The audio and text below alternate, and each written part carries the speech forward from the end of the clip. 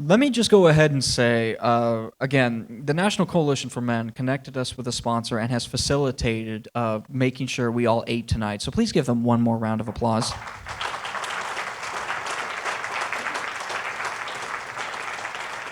You guys are awesome. Thank you. And do expect to hear back from me regarding awareness to male cancers. We're gonna bring that to campus very soon. Now, we're going to go to our next speaker. And boy, I'm very, very excited. Our next speaker is Dr. Janice Fiamengo. Janice is a former radical feminist who is currently a professor of English at the University of Ottawa. And Dr. Fiamengo has learned through her experiences as a professor what exactly the environment is like regarding the influence of feminist scholarship, or rather the presence of feminism in scholarship, which is, I suppose, a more accurate way to put it. And she demonstrates a level of tenacity and courage that I think is just remarkably admirable. And she is the subject of Institutions of Higher Indoctrination, which is an excellent video by Studio Brûlé, which I highly encourage all of you to watch. It's on YouTube right now. And Janice has just a level-headedness about her, and she is able to face academic animosity with such a... I just am just blown away by how she can juggle all of the vitriol thrown at her. And today she's going to describe in no uncertain terms what exactly the climate is like when that vitriol is thrown. So I want you all to please, please, please put your hands together and help me welcome Dr. Janice Fiamengo.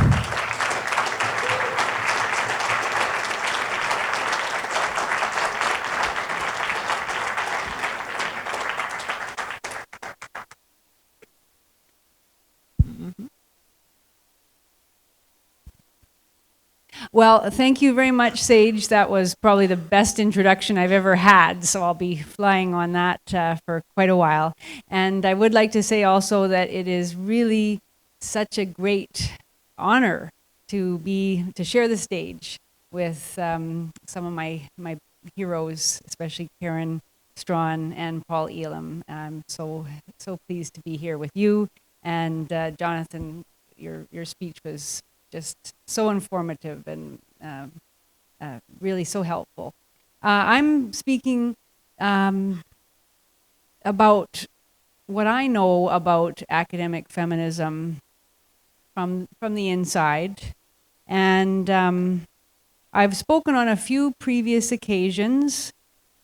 One mainly about why women's studies, I think, shouldn't be an academic discipline at all, because it teaches ideology rather than an academic subject. And that seems to me quite obvious, that an academic subject should pursue truth and should approach the subject from a variety of viewpoints, or should entertain a variety of viewpoints, which women's studies or gender studies or whatever you call it clearly does not do. And I've also spoken about how feminists and their allies in the academy, despite their stated commitment to equality, act in an impressive, totalitarian manner, for example, by shutting down men's issues clubs when they try to form. Quite astounding, really, to think that a number of students who want to get together, sometimes women, mostly men, who want to get together and talk about their experiences as men. And because they don't want to talk about those experiences within the feminist framework, feminists feel that it is their right to deny them the right to form a club. And then they're outraged when people point out that they're behaving poorly. On those occasions, when I've actually been able to give my talk, I've been criticized even by friends of the men's rights movement for using the term feminism unmodified. And people would say, well, there are many varieties of feminism.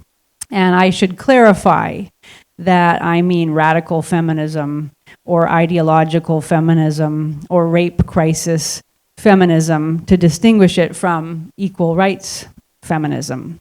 And I guess that's fair enough. Though I would like to say that precious few of these equal rights feminists seem to live in the academy, or at least to speak out loudly on behalf of fairness. For this talk then, I thought, well, maybe I should clarify up front what my particular concern is and what sort of feminism I'm criticizing. And indeed, I am in favor of equality. I want to work for a society in which men and women both flourish, and in which men and women have equal opportunities, and in which the inherent dignity of both sexes is affirmed.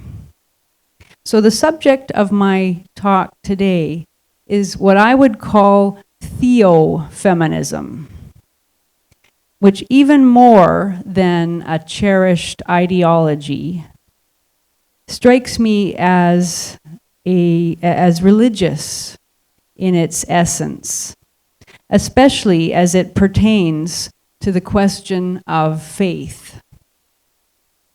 There's a famous passage in the New Testament, in the Gospel of John, when Jesus comes to visit his disciples after his crucifixion in his resurrection form. And he comes to them and shows them the marks in his hands and his feet. And one of the disciples, Thomas, who wasn't there on his first visit, sees him, and he's been told by the other disciples that Jesus came. And he sees this guy who doesn't really look like Jesus anymore, and he doesn't believe it's Jesus, so he demands to see the marks. And once he sees them, he calls Jesus, my Lord, my God, my Lord, my God. And Jesus says to him, well, now that you have seen, you believe, but blessed are they who have not seen, and yet they believe. So it's about believing without evidence, which of course is the nature of faith. So this emphasis on belief without evidence seems to me is at the center of a lot of recent feminist discussion around sexual assault, the safety and security of women, rape culture, and so on. In this version of theo-feminism, it's not enough for women to be treated equally under the law and valued equally in society. Theo-feminists insist that women must be believed absolutely, and especially their stories of aggression, sexual violence, oppression, and discrimination must be believed in. So asking for proof or expressing skepticism or criticism, even just asking questions for clarification, all of those tend to be regarded as forms of apostasy, deserving at least harsh rebuke, if not shunning and other punishments. Like other proselytizing faiths, feminism wants to spread its belief system throughout the society, converting others to its point of view by coercion, if necessary.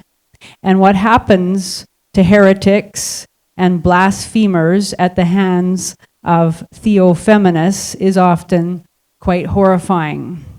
So that's what I mean when I refer to feminists in this talk, those who insist on absolute faith in a woman's word.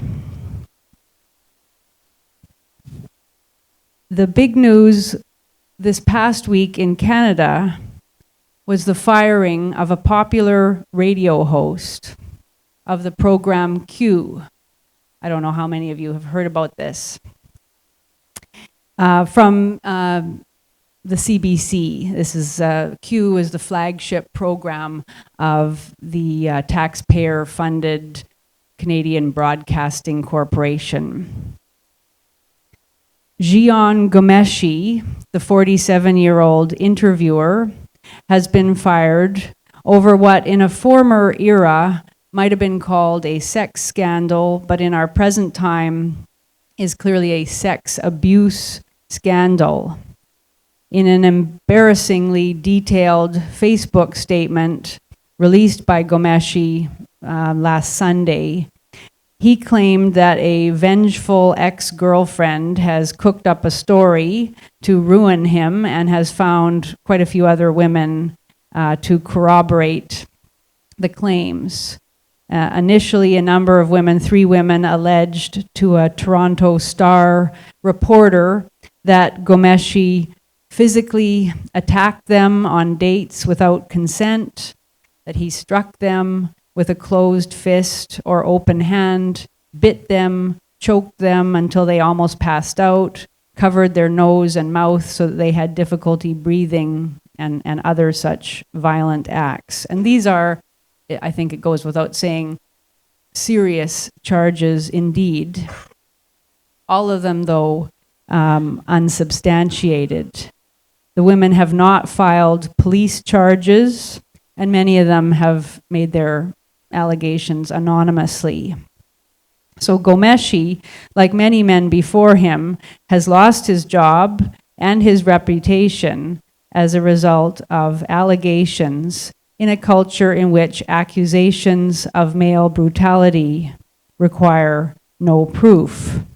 Now, let me say immediately, lest I be misunderstood, that I don't condone or in any way seek to minimize violence, and that I certainly don't know the truth behind this story. What interests me, and it seems to me is relevant for this conference today, is the manner in which the scandal illustrates that on this subject of intimate partner violence, the feminist narrative of the violent man and the vulnerable woman has so permeated our collective mentality that most everyone is satisfied to see due process jettisoned. Anonymous allegations are enough to topple the career even of one of the most successful, politically correct, and influential media personalities in the country, with really very little public demurral. One commentator even criticized Ghomeshi for defending himself too robustly, calling him an expert communicator, as if that was suspicious, and asking plaintively, but who's listening to the women? And the implication is not only that the women must be listened to, but that they must be believed. In the bad old days of chivalry, there were protections for women against sexually aggressive men. A father could sue a man if the man treated his daughter as Ghomeshi is alleged to have treated his ex-girlfriends. Or a man could be charged, for example, with breach of promise if he convinced a woman to have sex with him under a reneged upon marriage proposal, for example, but only if the woman was of upright character. And the brilliance and success of feminist activism has been its ability to have it both ways, to demolish the old strictures on women's sexual behavior, pouring ridicule and contempt on the notion that a woman should be chaste in order for her allegations to be taken seriously, while at the same time claiming ever greater solicitude and sympathy for women, and demanding that institutions throw out the presumption of innocence in cases of alleged sexual assault. So we've moved from believing that harms to a woman were serious if the woman was pure, to believing that women are pure because harms to them are serious. These are our axioms of belief. From believing that a man must pay if he deceived or abused an innocent, we now believe that men must pay because they abuse and deceive innocents. Male villainy has become the unquestioned reality, the bedrock basis for most discussion and action about gender in our society. Now, critics will say that I grossly exaggerate there, but such has been the textbook outline of how allegations of sexual misconduct against two members of the men's hockey team at my university, the University of Ottawa, have been handled over the past 7 months. And this case has unsettling parallels to the Duke lacrosse team travesty of 8 years ago, when university administrators, professors, and activists, as Jonathan told us, piled on to denounce white male privilege long before the facts were known about the situation, and even after the charges were shown to be bogus, the denunciation of the men continued. And that was because believing the victimized and therefore pure woman had become an act of faith. At my university and many others, the message to young women today is clear from the highest levels of the administration and Professors Association to many individual professors and students. If you're a man on campus, you are presumed guilty, at least by association, if not in your person, by the fact of being male. All it takes is a charge of sexual violence. Equality before the law, the right to fair treatment and due process, consideration of individual dignity, none of these operates at universities today under the reign of feminist orthodoxy. In our rape crisis culture, men must continually apologize for their maleness, and unfounded assertions of misogyny and male privilege are the common currency of elite discourse. So I want to tell you a little bit about this incident at the University of Ottawa. On Monday, March 3rd of this past year, the president of the University of Ottawa, Alan Rock, who also happens to be, ironically, the former justice minister in the Canadian Liberal government of the 1990s, announced that the entire men's varsity hockey team would be suspended because of allegations of sexual misconduct made against two teammates. At this point, they were not even police charges. The police have since charged these two individuals. While police were investigating a third-party charge of what appears to have been an alcohol-fueled hookup gone bad in Thunder Bay, Ontario, President Rock indicated that the whole team, even those who were not alleged to have been involved in the incident, and even those who weren't even in Thunder Bay at the time of the incident, the whole team was in serious trouble. In a press release of breathtaking bafflegab and smarmy self-contradiction, he stated that, quote, while the allegations have not been proven, they, quote, point to a need for a broader conversation and, quote, raise troubling questions about attitudes and behavior. Now, how a mere allegation could point to anything other than its own indeterminacy, he didn't explain, and clearly felt that he didn't need to explain. The mere allegation was enough. And President Rock later extended the suspension of the team to the entire 2014-15 season, citing, quote, disreputable conduct and, quote, an unhealthy climate surrounding the team. What that conduct was exactly, there was a private investigation that was never published, carried out by the University of Ottawa. What the conduct was, all that was ever mentioned publicly was alcohol consumption. Whether it extended to every team member or only to some, it's never been made clear.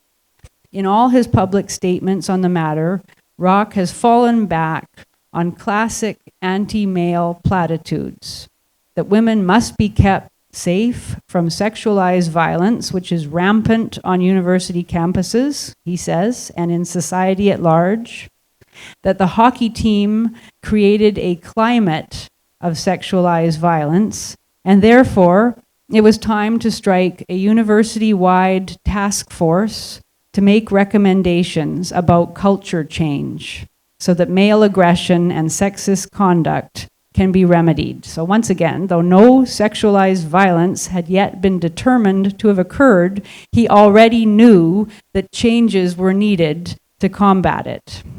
And to whom did Alan Rock declare he would turn for recommendations about how to change the culture of misogynist violence that these unproven allegations supposedly reveal? Well, of course, to those ideologues who begin and end with the theory that male privilege and oppression of women is a fact of North American society requiring ever more invasive, totalizing measures. He said, the University of Ottawa is known for the expertise of our feminist scholars and our legal analysts.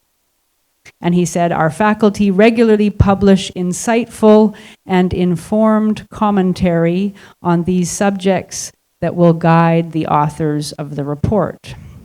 One of these feminist legal scholars, as many of you may know, is Faculty of Law Professor Elizabeth Sheehy, who has just published a book, I think it was December of 2013, in which she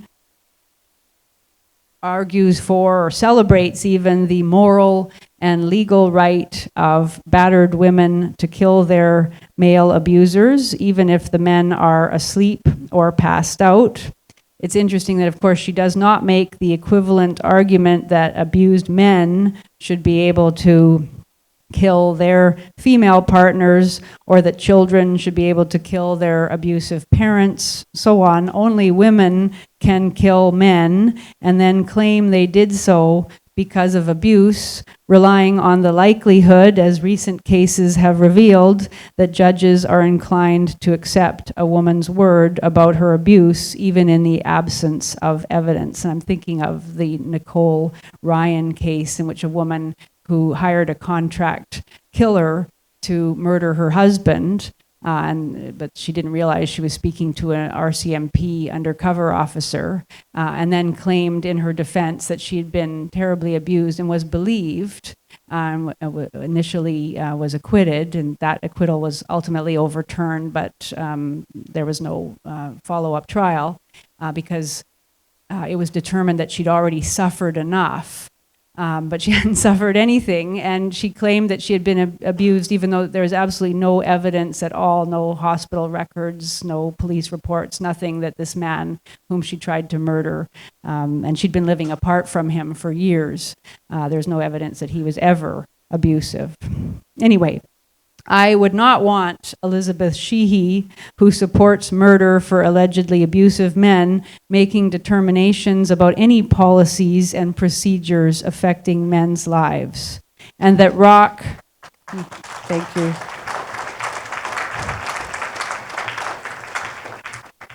That Alan Rock boasts about his reliance on feminist authorities like Sheehy guarantees that the task force's recommendations will be more concerned with vindicating women's perceptions than with securing men's legal rights. But Rock knew that he was on solid ground in taking such draconian steps and making such draconian allegations against the men's hockey team and against male students at the University of Ottawa. His move was not only not criticized from within the university community. It has been, interestingly enough, criticized outside the university community, but it was not criticized within the university community. Not only that, other organizations within the university community even egged him on to more forceful anti-male measures. One of these was the Association of Professors at the University of Ottawa. This is the bargaining unit for professors and other University of Ottawa staff. Their job is to keep, maintain professors' fat salaries and benefits. I don't know why they felt that it was their place in any way to make a statement about the University of Ottawa hockey team, but they did. They made a statement on March 6th, just a few days after Rock's public statement, and it was called Rape Culture, Misogyny, and Sexism on Campus. Though admitting that it knew nothing about the alleged sexual assault, this body, the Professors Association, not only went out of its way to commend the university administration, which is normally its hated adversary, because they're always, engaged in combative bargaining negotiations. But in this moment, it commended the university administration and then went further to call ominously for proactive measures to prevent, quote, a repetition of similar events. So even without knowing what went on or whether anything at all had gone on, the APUO was sure it knew what had gone on. Thus, the body encouraged the administration, quote, to look into the root causes of the problem and, quote, hoped that the university administration would take all the necessary steps to address this situation in the strongest possible way as the details emerge. Of course, what if the emerging details exonerated the team members? Well, the logic of the statement precludes such an eventuality. It depends on the situation already pre-existing any determination of the men's guilt or innocence. The association also applauded the actions of professors, this is a quotation too, professors on this campus who have proactively responded to those events by discussing them with their students and the media. In other words, the body congratulated all those who, like them, were so quick to assume and affirm the guilt of the team members, and indeed of the entire team and of male students generally, based on an allegation. So this is the Alice through the looking glass world that men enter at the University of Ottawa, in which they are marked out as a problem to be dealt with, as potential or actual rapists or aggressors, as members of the oppressor class who must be taught through hectoring posters like the Don't Be That Guy poster campaign, or public acts of shaming like Alan Rock's press conference. When the suspension of the team was reported in the National Post, one of Canada's national newspapers, a letter writer, an angry woman, perfectly captured the rush to judgment and the disregard for evidence, the knee-jerk man-blaming that epitomized the official response at U of Ottawa. Confessing herself to be not at all shocked, she said, to see, quote, news of yet another male sports team caught sexually abusing women. Caught, right? The writer lamented the, quote, endless parade of sexual misconduct and rape coming out of male sports. She gave two examples of this endless parade, one being the Duke lacrosse team. And it's impossible to tell, of course, whether she didn't know or simply didn't care that the charges against the members of Duke's lacrosse team were shown to be false. For this writer, as for many educated people in academia and the judiciary, all charges are in some sense true, even if not literally so. And many of us will remember the assistant dean of students at Vassar College, who said in a conversation about male victims of false rape accusations that, yes, she recognized that it was painful for them to be falsely accused of rape, but it wasn't a pain that she would necessarily want to spare them. She thought it would be helpful to them. And they could ask themselves questions such as, if I didn't violate her, could I have? At the U of Ottawa, men must apologize for a history they had no part in creating, as well as make amends for presumed privilege in the present. As men, they are barred from stating an opinion on gender in a public space without first proffering an abjectly self-flagellating acknowledgement of their unearned advantages, all those goodies that come to them as men.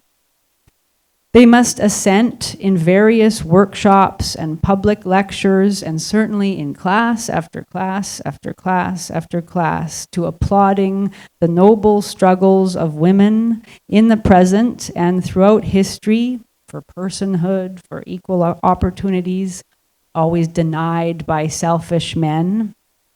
In this looking glass culture, to fail to be appropriately impressed, admiring, and ashamed before these valiant victims, to fail to affirm the continuing struggle and the deserving spotlight cast on women and the silence about men's issues and concerns.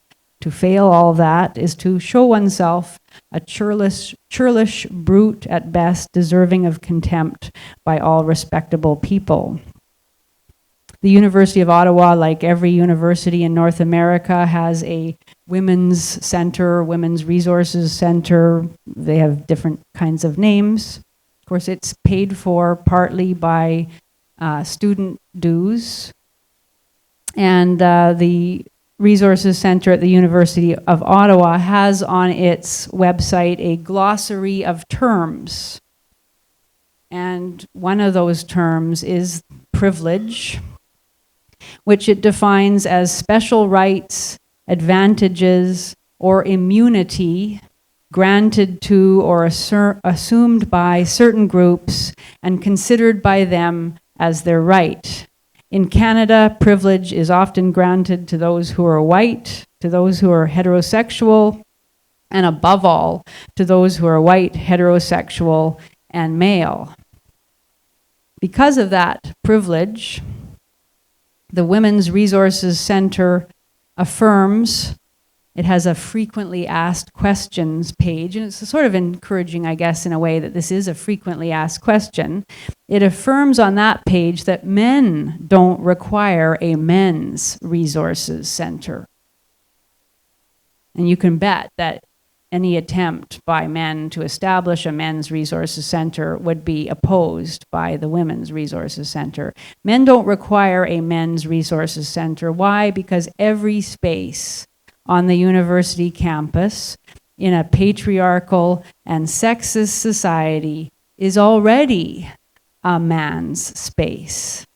And they quote, workplaces, classrooms, dorms, the streets, etc.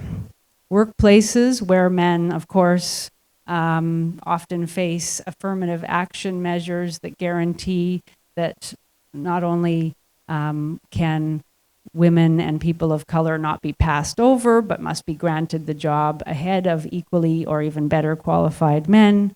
classrooms where feminist professors propound their worldview, the streets, the vicious ignorance of such a comment about the streets being men's places simply takes one's breath away. I wonder if the righteous person who penned this statement ever thought about the number of men attacked on streets. But it's clear she doesn't think about men. Men aren't her concern. All she can see is this myth called male privilege. Of course, one can ask the obvious questions. How is it male privilege to be the only group in our society that can be publicly mocked with impunity? How is it male privilege that affirmative action measures exist to deprivilege men? How is it male privilege that men's numbers at university, as we've already heard, of course, are significantly lower than women's and declining over time, while special scholarships and bursaries continue to be offered to women to increase their numbers? How is it male privilege that groups of men and women who want to form men's issues clubs are routinely denied that opportunity by their censorious student unions? On the grounds, as at Queen's University in Kingston, that they, quote, publicly undermine feminism. I mean, talk about a privileged ideology, that it can't be attacked at university. How is it male privilege to live with the knowledge that you can be charged retroactively with rape if your female partner changes her mind? How is it male privilege that male students trying to attend a talk by Warren Farrell, as Jonathan also mentioned, are prevented from getting in the door and called effing scum over and over again by apoplectic students? I mean, that I'm not so upset about that, because I think when people are in groups, their passions do run away from them. What is the real evidence that there is no such thing as male privilege is the fact that not one university official publicly condemned the incident or offered an apology or disciplined the abusive students. If it had happened the other way around, that it was a feminist speaker talking about how to make the school system serve girls and young women better, and a bunch of anti-feminists had prevented young women from attending that talk, would have been front page news, and the University of Toronto would be falling all over itself to declare that it had no part in that, that it would make sure that that never happened again, and not a peep from the University of Toronto. And of course, how is it male privilege that the term itself is an expression of abuse successfully used by ideologues to shame men and deny them the right to speak about their experience? Finally, how is it male privilege that all of the contributions by men to our society, both throughout history and in the present day, are consistently and deliberately downplayed by feminist ideologues to suggest that men's role in the world and in families is a mainly negative, destructive one, and that the creative, the nurturing, the productive, the healing, the restorative, the protective, the constructive, the brilliantly inventive capacities of men don't deserve emphasis.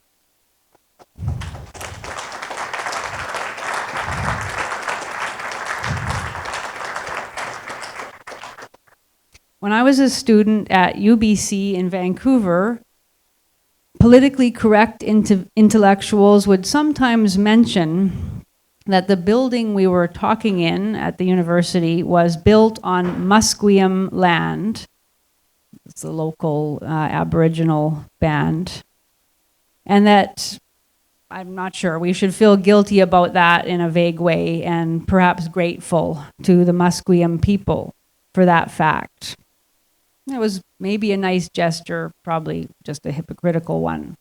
But nobody ever said what was far more germane to the issue, that the building itself, and this is not my point, this is Miles Groth's brilliant point, that the building itself was built by men, both in its conception, It's engineering, and it's literal brick by brick construction.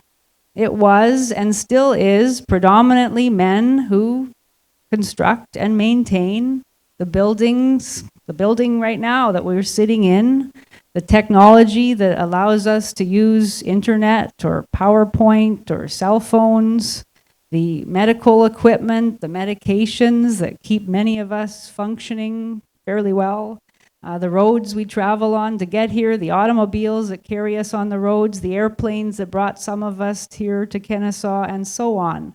The very technology that liberated women from the very hard drudgery of housework and thus enabled the activism of the first wave feminists would have been impossible without the creative brilliance, ability, and indeed goodwill of men.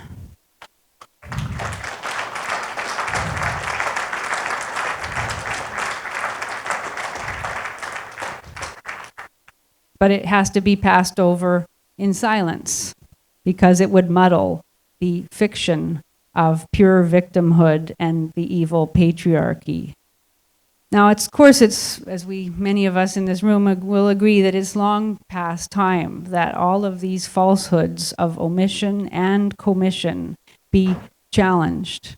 And that's the exciting and difficult part to speculate about and plan about.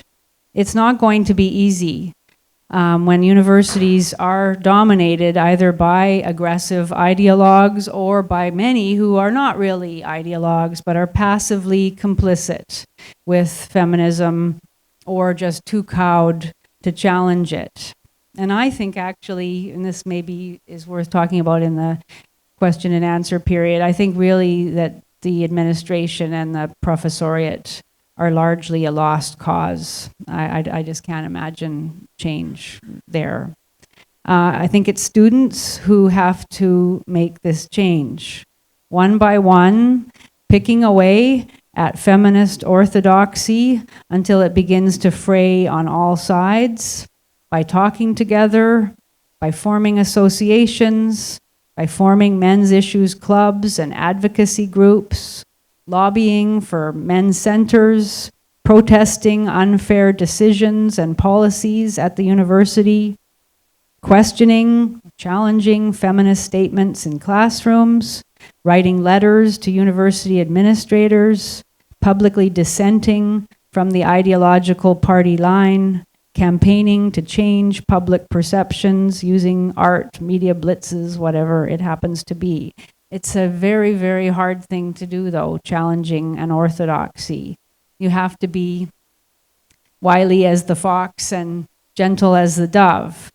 You're held to a standard that nobody else is held to. You have to be unimpeachable in your conduct, because every time you make a mistake, lose your temper, deface a poster, make an unguarded comment, answer a challenger poorly, or whatever, you are criticized and your slip is used to discredit your cause. And I know that I've made slips and have felt the chagrin and the shame of mistakes. But of course, one can't let that be a deterrent. One goes forward anyway, even if your voice shakes when you try to answer a question, even if criticism pours in from many quarters.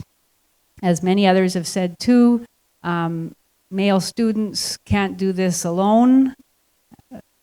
Women have to step in to help out in this important struggle for equality. Women have to make the men's rights cause their own.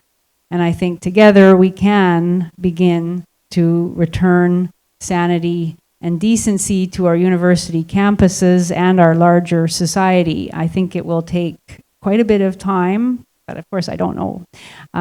Maybe it'll be quicker than I think. It will take much determination, but it's definitely the good fight. Thank you.